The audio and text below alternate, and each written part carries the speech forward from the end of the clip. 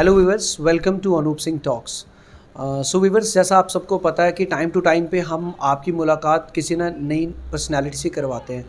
तो आज हमारे साथ एक स्टूडेंट हैं जो कि भारतीय शिक्षा केंद्र हायर सेकेंडरी स्कूल जो कि दुमाना में है, उसकी मेरे साथ एक स्टूडेंट हैं जिन्होंने 97.4% स्कोर किया है। अभी रिसेंटली जो क्लास 10 का एग्ज़ाम जो रिज़ल्ट जो है वो अभी अनाउंस हुआ है। तो आज हम डायरेक्टली इनसे बात करेंगे, इनकी सक्सेस स्टोरी के बारे में जानेंगे और जानेंगे कि इन्होंने कैसे वो टारगेट जो है वो अचीव किया, और इनकी ज़ुबानी इनकी सक्सेस स्टोरी सुनेंगे। आइए इनसे बात करते हैं और जानते हैं। माई सेल्फ शिवांगी और मेरा स्कोर है 97.4। 97.4। शिवांगी बेटा, मुझे एक चीज़ बताओ कि जिस टाइम रिज़ल्ट निकला आपका, तो उस टाइम पे आपको सबसे पहले क्या फील हुआ कि जितना आप एक्सपेक्ट कर रहे थे, तो ये स्कोर आपकी एक्सपेक्टेशंस के अकॉर्डिंगली परफेक्टली मतलब ओके था, या आपको ज़्यादा एक्सपेक्ट कर रहे थे, या इतना कुछ नहीं कर रहे थे, चलो ठीक ठीक है आ गए? तो क्या कुछ मतलब आपका रिएक्शन क्या था? एक्सपेक्टेशन के अकॉर्डिंग तो नहीं था, लेकिन उससे थोड़ा बिलो ही था। मैंने एक्सपेक्ट किया था कि 97 से और अबव जाएंगे, 98 या 99। बट जब रिज़ल्ट आया तो 97.4 स्कोर तो अच्छा है, लेकिन मुझे लगा कि इससे ज़्यादा भी बढ़ सकते थे, लेकिन बढ़े नहीं। पर कोई बात नहीं, 97.4 में भी ठीक है, अच्छे हैं। मतलब आप खुश हो सच्चे मन से कि अभी खुश नहीं हो? खुश हूँ भी और कुछ खुश नहीं भी हूँ, बिकॉज़ एक तरफ देखते हैं कि शायद कहाँ कमी रहेगी, तो उस चीज़ को थोड़ा मैं इम्प्रूव कर पाती, बिकॉज़ अभी पता भी नहीं चल पा रहा है कि किस चीज़ में कमी रह गई है, तो उस चीज़ को इम्प्रूव करें आगे जाके। But 97.4 it's okay. अब मुझे खुद समझ नहीं आ रहा है कि कैसे हैं, ज़्यादा हैं, ठीक हैं, पर एक्सपेक्ट किया था पर नहीं आए, तो अब चेंज भी नहीं हो सकता कुछ। रीवैल्यूएशंस बोलते तो हैं, लेकिन फिर पैसों से मार्क्स खरीदे जाएं तो आई डोंट थिंक कि ये ज़्यादा अच्छा है। चलो ठीक है। नहीं मतलब आपको कुछ थोड़ा बहुत ये नहीं लगता है कि मैंने किसी एक सब्जेक्ट में बड़ा अच्छा किया था, उसमें मेरे अच्छे आ गए, और आपको क्या लगता है कि जिस जिस सब्जेक्ट में आपने जैसा जैसा परफॉर्म किया अकॉर्डिंगली मार्क्स आए हैं, या कुछ आपको लगा था कि मैंने मैथ्स के पेपर में मतलब अच्छा किया था लेकिन उस हिसाब से मार्क्स नहीं आए, या कोई एक ऐसा रहता है ना, क्योंकि आफ्टर योर एग्ज़ाम जब आप हॉल से बाहर निकलते हैं तो नेचुरली थोड़ा सा तो दिमाग पे जोर डालते हैं कि यार नहीं, ये वाला क्वेश्चन थोड़ा सा रह गया, या मैं इसको और भी बेटर लिख सकती थी। तो वैसा कोई एक सब्जेक्ट जिसमें आपको थोड़ा बहुत डाउट लग रहा हो कि नहीं, इस सब्जेक्ट की वजह से शायद थोड़ा मेरा स्कोर जो 1-2 मार्क्स हैं वो कम रह गए हैं? एग्ज़ाम्स जैसे हुए थे सारे, मुझे लगा बहुत अच्छे हुए, और मतलब ऐसा लग रहा था कि फुल जाएंगे। अगर एक एक मार्क्स भी अगर डिडक्ट करते तो मतलब 5 मार्क्स जाते। सारे एग्ज़ाम्स बहुत अच्छे हुए थे। प्रेजेंटेशन पे मैंने ध्यान दिया था, और मतलब बहुत खुशी होती थी कि जो क्वेश्चन मैं करके जाती थी वही आता था, तो उसमें खुशी होती थी। इंग्लिश का जो था वो फर्स्ट था, तो थोड़ा बहुत शायद नर्वसनेस थी, तो शायद इसी वजह से आई थिंक। वैसे किया तो वो भी बहुत अच्छा था। कह नहीं सकते कि उसमें क्या कमी रहेगी, बट आई थिंक ऐसे या लेटर्स में उसमें कमी है। मैथ्स में या साइंस या जितने भी बाकी के रेस्ट ऑफ द सब्जेक्ट थे वो बहुत अच्छे हुए थे। इंग्लिश भी बहुत अच्छा हुआ था। सब ठीक चल रहा था, बट आई डोंट नो कि कहाँ से डिडक्ट हो गए। नहीं चलो, मैं तो अपने हिसाब से यही कहूँगा कि शिवांगी 97% जो परसेंटेज है बहुत अच्छा स्कोर है, और आप अपने आप को बिल्कुल भी मतलब डीमोटिवेट ना करें, और ऐसा ना सोचें कि भाई बिल्कुल भी ऐसा मतलब बहुत अच्छे मार्क्स नहीं है, ऐसा कुछ नहीं है। तो नेक्स्ट मुझे बताइए कि मतलब कितना मुश्किल रहता है आपके लिए, कितना मुश्किल था इनफैक्ट आपके लिए 97% स्कोर करना, क्योंकि जिस हिसाब से हम पिछले 2 साल से देख रहे हैं, कोविड चल रहा था, और कई बार तो मतलब 6 महीने साल भर ऑनलाइन क्लासेस भी हुई, उसके बाद फिर से आपने बैकअप किया और स्कूल में जाना, और उसी फ्लो से दोबारा से मतलब एक लय और एक स्पीड पकड़ पाना, तो कितना चैलेंजिंग और कितना टफ था आपके लिए वापस से उस पटरी पे आना और मतलब इतना अच्छा स्कोर करना? तो how much tough your journey was? Starting में तो ऑफलाइन चल रहा था, तब तो बहुत अच्छा लग रहा था, लेकिन फिर अचानक से जब ऑनलाइन आ गया तो जितना भी हम बोलें कि ठीक है हम वैसे ही पढ़ते थे, लेकिन थोड़ा ना थोड़ा जो है अफेक्ट जो है वो पड़ ही जाता है। ऑनलाइन में भी मतलब ठीक चला, लेकिन हार्डशिप ये रहती थी कि इतना ज़्यादा इंटरेक्शन नहीं होती थी टीचर्स के साथ, और जिस तरह हम लाइव क्लास में पढ़ते हैं उस तरह ऑनलाइन में तो बिल्कुल भी पढ़ा नहीं जा सकता। मतलब ऑनलाइन में पढ़ा था, पर जितना ऑफलाइन में पढ़ सकते थे उतना तो पढ़ा नहीं जा सकता था। हार्डशिप्स ये रहती थी कि जब हम टाइम टेबल बनाते हैं तो हम लिख तो देते हैं उसमें 1 डे या 2 डे का एक चैप्टर होगा, लेकिन जब हम उसको फॉलो करने पे आते हैं तब उतना हो नहीं पाता है। लिख देते हैं कि हम 1 डे में 5 क्वेश्चन करेंगे, 6 क्वेश्चन, बट जब रियल सेंस में जब हम उसको करने जाते हैं तो 2 या 3 ही हो पाते हैं। लेकिन धीरे धीरे जब करते रहो, मैं ये कोशिश रहती थी कि आज अगर मैंने 3 क्वेश्चंस किए किसी चैप्टर के, तो अगले दिन जो है वो 5 करूँ। मतलब उससे कम नहीं होगा, ज़्यादा ही ज़्यादा करते जाऊँ। और एक सिंपल रिवीजन प्लान था, कुछ ज़्यादा मतलब इतना हौच-पौच नहीं किया कि बोर्ड्स हैं। सिंपल, ज़्यादा जितना ज़्यादा आप सिंपल से रिवीजन करोगे, सिंपल से पढ़ाई करोगे, उस तरह से आपके मार्क्स आएंगे। और ऑफलाइन ऑनलाइन का ये है कि एक्सक्यूज़ भी हो सकते हैं, ऑनलाइन हो या ऑफलाइन हो, पढ़ना तो पढ़ना ही है। जिसने पढ़ना होता है वो पढ़ लेता है, ऑनलाइन हो या चाहे ऑफलाइन हो। अच्छा, मुझे बच्चे एक बात बताओ कि मतलब आप मेरे से कितना सहमत करते हो जो मैं अभी आपसे क्वेश्चन पूछने वाला हूँ। जो ये अभी 70 और 30 का चल रहा था कि 30% आपको थोड़ा सा कंसेशन दिया गया था जेके बोस वालों की तरफ से, तो डू यू थिंक सो कि ये जो 30% रिलैक्सेशन हुआ तो इसकी वजह से जो बेनिफिट है ये मतलब स्टूडेंट कम्युनिटी को एट लार्ज हुआ है? ऑल्दो आपका जो मतलब लेवल ऑफ इंटेलिजेंस है, जो आपका कैलिबर है, कैलिबर ऑफ परफॉर्मेंस, वो तो अल्टीमेट है ही है, उसमें कोई डाउट नहीं है। लेकिन कंपैरेटिवली जो बच्चे थोड़े से मीडियोकर थे, जो बच्चे एवरेज बच्चे थे, क्या उनको एक थोड़ा सा एज मिला इस चीज़ से? आपको क्या लगता है? हाँ, ये बिल्कुल एज मिला है। 70-30 जब सब स्टूडेंट्स सुनते थे तो मतलब उन्हें लगता था कि ये तो मज़े ही हो गए। लेकिन टीचर्स तब भी बोलते थे कि अभी रुक जाओ, अभी पक्का नहीं पता कि 70-30% है या नहीं है। मैंने भी जब सुना था मतलब थोड़ा अच्छा लगा कि बाकियों के साथ ऐसा नहीं हुआ, हमारे साथ 70-30 है। लेकिन फिर बाद में होता है, थोड़ा डर रहता है, क्या पता वो बोल रहे हैं करेंगे या नहीं करेंगे। तो मैं तो पूरा अटैम्प्ट करके आती थी, पूरा जितने का भी 80 आउट ऑफ 80 का। लेकिन जो बाकी बच्चे थे, मतलब ये एक बहुत अच्छी गोल्डन अपॉर्चुनिटी थी उनके लिए, जो बाकियों को नहीं मिली या प्रीवियस ईयर को मिली और हमें मिली, नेक्स्ट को तो मिलने नहीं वाली। तो ये एक अच्छी अपॉर्चुनिटी थी सच में। बिल्कुल। और जो बच्चे बिलो एवरेज थे, जो बच्चे बिल्कुल मीडियोकर थे क्लास में, तो उनके लिए तो ये एक तरीके से हम कह सकते हैं कि नहीं भाई, मतलब अपने आप को बेस्ट एक्सेल करने के लिए बेहतरीन मौका था। और जो बिल्कुल ही एवरेज बच्चे थे, जो at the urge of fail होने की कगार पर थे, उन बच्चों ने भी बड़ा अच्छा परफॉर्म किया है। तो आप सबको थैंक्स बोलना चाहिए जेके बोस की कि जिन्होंने ये 30% आपको रिलैक्सेशन दिया था। अच्छा शिवांगी, मुझे एक बात बताओ बेटा कि जो पीक आपका टाइम रहता है, मतलब जो आपका आखिरी जो डेज़, मतलब your last days before your exams, जो मतलब 10 दिन रह जाते हैं, जब 5 दिन रह जाते हैं, तो एक फैमिली का सपोर्ट कितना मैटर करता है आपके घर में? आपके मम्मी पापा, आपके ब्रदर, आपकी सिस्टर, या वो एक पूरा जो एक फैमिली का माहौल होता है, तो आप हमसे क्या शेयर करेंगे अपने पूरे फैमिली इन्वायरमेंट के बारे में कि without their support and without their cooperation ये जो रिज़ल्ट है ये बिल्कुल भी कभी भी सक्सेसफुल नहीं हो पाता? क्योंकि at the end of day आपको पता है कि आप 24 घंटे घर पे ही हैं, जो आपके लास्ट मतलब जो पीक आपका टाइम चल रहा है।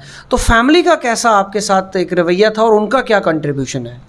पेरेंट्स का मतलब जहाँ भी नाम आता है, चाहे कोई भी फील्ड हो, पेरेंट्स का सपोर्ट नहीं हो तो कुछ नहीं हो पाता।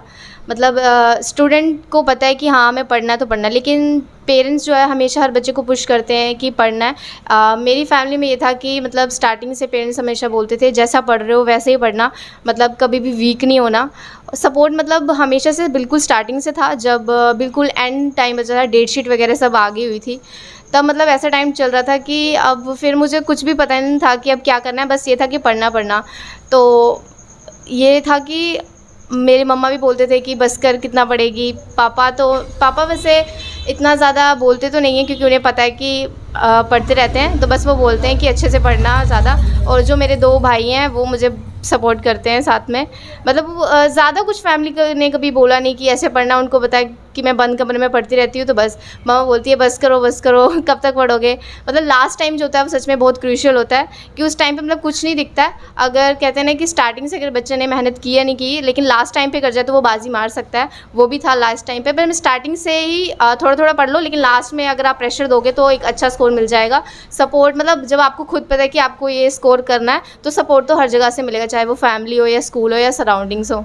ठीक है, चलो ये तो रहा आपके फैमिली का कंट्रीब्यूशन। लेकिन स्कूल का कितना रोल रहा, क्योंकि जहाँ तक मैं जानता हूँ जिस स्कूल में आप हो, आप बचपन से ही शायद उसी स्कूल में हो ना, right from the very beginning आप उसी स्कूल में हो। तो आज अगर आपने ये 97 स्कोर किया है, जो आपकी ग्रूमिंग हुई है, ओवरऑल जो भी आपकी ग्रूमिंग हुई है, तो आप अपने हिसाब से क्या कहना चाहते हो कि भाई as there is an important role of school, जो मतलब हम कहते हैं कि नहीं भाई हमारे टीचर्स, हमारे पेरेंट्स या सोसाइटी एट लार्ज, ये सब मिलाकर मतलब at the end of day एक प्रोडक्टिव रिजल्ट आता है। तो इसमें से जो स्कूल एक हिस्सा है, जहाँ पर आपके मैथ्स के टीचर हैं, आपके हिंदी के टीचर हैं, आपके एसएसटी के पूरे 5 टीचर्स आपके कंबाइन होकर आपका वो रिज़ल्ट या आपको पूरा शेप करने में आपको तैयार करवाते हैं। तो स्कूल का क्या योगदान रहा और स्कूल ने किस तरीके से आपको शेप या मोल्ड अप किया और बूस्ट अप किया? कंट्रीब्यूशन देखा जाए तो मतलब पेरेंट्स तो सपोर्ट करते हैं, लेकिन जो पढ़ाने का काम है वो तो स्कूल ही करेगा। मतलब ट्यूशन्स बच्चे जाते हैं, लेकिन जितना मतलब स्टार्टिंग से छोटे बच्चे को स्कूल में डालते हैं कि स्कूल में पढ़ाई, मतलब स्कूल मतलब पढ़ाई के बराबर होता है। तो टीचर्स ने तो हमेशा इतना मोटिवेट किया, मतलब इतनी सी भी, वो कहते थे कि इतनी सी भी चीज़ रहनी नहीं चाहिए।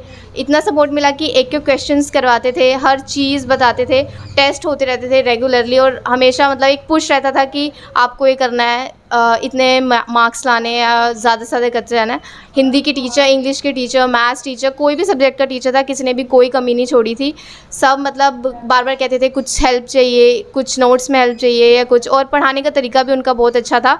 मोटिवेशन मतलब अगर पेरेंट्स से मिल जाएगी तो वो भी ठीक है, बच्चा खुद भी कर लेगा, लेकिन जब तक स्कूल वाले पुश नहीं करते तब तक कुछ नहीं हो सकता।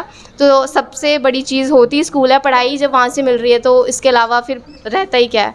तो स्कूल का सबसे बड़ा मोटिवेशन होता है, और एक बच्चा जो खुद करता है और जो फैमिली देती है। ठीक है, तो इसमें आप ये भी कहना चाहोगे कि टाइम टू टाइम स्कूल वालों ने अच्छी फैकल्टी वहाँ आपको प्रोवाइड कराई और आपके जितने भी डाउट्स थे वो टाइम टू टाइम क्लियर करवाए, तो दैट्स वाई आप ये टारगेट अचीव कर पाए हो। अच्छा शिवांगी, अब मुझे लास्ट में आप एक चीज़ बताओ कि वो स्ट्रैटेजी क्या है, मतलब वो जो बेसिक जो चीज़ है जो मतलब हर एक बच्चा चाहता है कि मैं भी इतना स्कोर करूं और मैं भी उस मुकाम पर पहुंचूं, लेकिन आखिर वो आपके हिसाब से एक स्पेशल चीज़ क्या होती है, मतलब what is that special and unique thing? उसको आप स्ट्रैटेजी का नाम दो, प्लानिंग का नाम दो, मतलब what ever it is, time table का नाम दो, कुछ भी आपके अपने एनालिसिस के हिसाब से वो कुछ भी हो सकता है।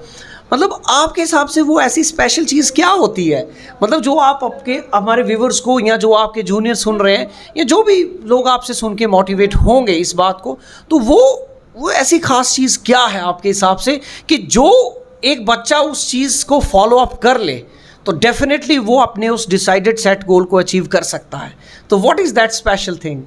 मतलब मेरे हिसाब से टू बी वेरी ऑनेस्ट, मतलब स्पेशल कुछ भी नहीं होता। मतलब एक स्टार्टिंग से अपने माइंड में ये रखना पड़ता है कि ये चीज़ हमें करनी है, मतलब खुद से बातें करना कि हमें ये टारगेट रखा है और उसको चेज़ करना है, सिंपल। और जैसे मतलब किसी का टारगेट है अगर उसको 90+ स्कोर करने हैं, तो बस स्टार्टिंग से टाइम टेबल बना लो। स्टार्टिंग में हम सब सोचते हैं कि जैसे 10th में एंटर होते हैं कि 5-6 महीने में ही सारा सिलेबस कवर कर लेंगे, लेकिन ऐसा हो नहीं पाता। लेकिन मतलब फिर आगे जब टाइम ज़्यादा होते जाता है तब एक सिंपल सा टाइम टेबल बना लो कि पहले आप टाइम टेबल बनाओगे, उसको फॉलो नहीं कर पाओगे, दूसरा भी बनाओगे नहीं, लेकिन तीसरा चौथा मतलब ऐसे करके आएगा कि एक टाइम टेबल आप फॉलो कर ही लोगे। पढ़ने का मन तो किसी का भी नहीं करता, लेकिन जब आप बोझ लोगे पढ़ाई को तब तक वो नहीं है। जब आप पढ़ाई के साथ एक मतलब रिलेशन बना के पढ़ोगे तो अच्छे से पढ़ाई होगी।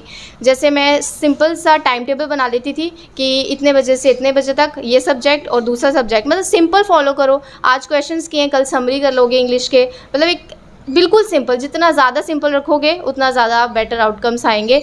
और एंड में जब डेट शीट आ जाती है, फिर थोड़ा सा कम टाइम बचा होता है, तो उस टाइम ये रख लो कि लास्ट 10 डेज़ में आपको कितना पढ़ना है, या लास्ट 5 डेज़ में आपको कितना पढ़ना है, या लास्ट 1 डे भी बचा होगा उस टाइम पे भी पढ़ना है। क्योंकि हो सकता है कि जो पूरा साल ना आया हो, और खुशी भी तब वो होती है जब वो क्वेश्चन जो आपने लास्ट टाइम पे किया होता है और वो एग्ज़ाम्स में आ जाता है, वो वाली खुशी भी अलग ही होती है। तो लास्ट डे तक बस लगे रहो, एक सिंपल, मतलब कुछ ज़्यादा करने की ज़रूरत नहीं है, एकदम सिंपल बस। और एक सबसे इम्पॉर्टेंट चीज़ और मतलब इसमें मैं ऐड करना चाहूँगा, आपने तो खैर सारी बातें ही बोल दी, लेकिन एक चीज़ जो उसमें मैं ऐड करना चाहूँगा कि continuity is the most important, है ना चीज़। जो भी बच्चा कॉन्टिन्यूटी से उस चीज़ को लेगा, यानी कि अगर आपने पूरे साल भर कुछ भी नहीं पढ़ा और आप सोचोगे कि at the end of day जो हमारे पास 1 महीना है, तो आप उस टाइम पे जितनी भी दौड़ लगाएंगे और जितना भी उसको मगअप करने की कोशिश करेंगे वो नहीं हो पाएगा। तो consistency is the most important की। जो होता है कि आप स्टार्टिंग से ही थोड़ा थोड़ा करके उसको आप एक्यूमुलेट करते हैं और लास्ट में आप फिर से उसको पूरा तैयार करके आप वो लेके जाते हैं। शिवांगी, लास्ट क्वेश्चन है मेरा। आप अपनी सक्सेस को किसको डेडिकेट करना चाहते हैं? To whom you want to contribute or to whom you want to dedicate your this success? आप अपनी सक्सेस को किसे डेडिकेट करना चाहते हैं? मुझे पता है आप डिप्लोमेटिक हैं, आप आंसर भी डिप्लोमेटिक देंगी, हाँ भाई स्कूल में मतलब मम्मी पापा या सब में, लेकिन टू बी वेरी ऑनेस्ट, सच्चे मन से मतलब आप किसको डेडिकेट करना चाहती हैं अपनी ये सक्सेस? जैसे कि कोई एक तो क्रेडिट ले नहीं सकता इस चीज़ का, लेकिन अगर एक अथॉरिटी को देना हो तो वो आई थिंक स्कूल ही है, क्योंकि हमेशा से स्टार्टिंग से जब पढ़ाई हो रहे हैं, वो मोटिवेट ही वो कर रहे हैं, सब कुछ वो कर रहे हैं, तो फिर क्रेडिट भी उसको ही जाता है। Very good. हाँ बिल्कुल सही कहा आपने कि अगर आपने क्लास 10 तक जिस स्कूल में पढ़ा है और उन्हीं टीचर्स की गाइडेंस के अंदर आपने हर एक चीज़ की है, तो डेफिनेटली क्रेडिट जो है वो स्कूल का ज़्यादा बनता है। बहुत अच्छा।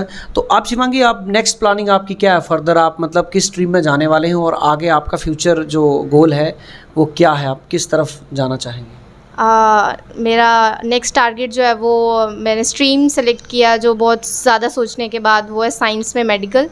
और नेक्स्ट मैं अब नीट का स्टार्ट कर रही हूँ प्रिपरेशन, और होप्स हो कि मैं लगी रहूँ इसमें और ऑब्स्टेकल जितने भी आए उन सबको क्रॉस करके अपने टारगेट तक पहुँच जाऊँ। Very good. So thank you very much Shivangi हमसे बात करने के लिए। सो व्यूअर्स, ये थी शिवांगी जो कि बहुत ही मोटिवेटेड हैं, बहुत ही पॉजिटिव इनकी अप्रोच है, बहुत ही पॉजिटिव इनकी सोच है। और जैसा कि आप सबने सुना, एक साथ एक दम पे और एक टाइम पे आप कभी भी कुछ नहीं कर सकते। आपको कॉन्टिन्यूटी से उस चीज़ को फॉलोअप करना पड़ेगा और तभी जाकर आप उस अपने डिसाइडेड गोल को लास्ट तक अचीव कर पाओगे। और हमारी शुभकामनाएं आपके साथ है शिवांगी। आप जब नेक्स्ट ईयर जब आप नीट का एग्ज़ाम क्वालिफाई करें तो इसी तरीके से हम आप फिर आपका इंटरव्यू करें। तो we wish you all the very best for your future. Thank you very much. So thank you viewers.